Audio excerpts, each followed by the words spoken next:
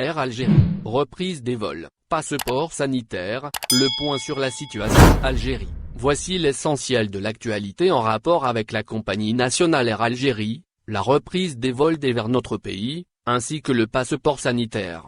Au moment où Air Algérie attend la reprise des vols, l'un des membres de l'Union européenne rejette le passeport sanitaire obtenu après la réception du vaccin Sputnik V. Il est donc l'antidote auquel beaucoup d'Algériens ont et seront vaccinés.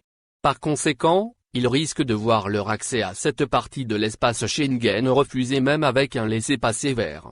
Cette destination est la Lituanie. Celle-ci affirme ne reconnaître que les vaccins reconnus par l'instance chargée des substances médicamenteuses. Il s'agit de l'EMA qui d'ailleurs écarte le vaccin en question de sa liste. En effet, l'Agence européenne des médicaments n'offre pas sa validation à Sputnik V. Des experts et des observateurs fournissent leur lecture de cette décision de Bruxelles.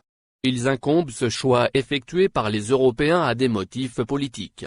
Les différends qui relèvent des relations tendues entre la Russie de Poutine et l'Union européenne incitent alors, selon les mêmes avis, à repousser le produit du Grand Ours.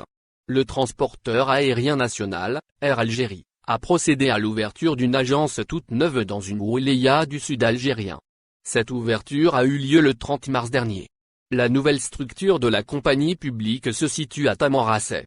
Air Algérie explique que cette action vient dans le cadre de ses efforts pour l'amélioration des services qu'elle propose à ses clients.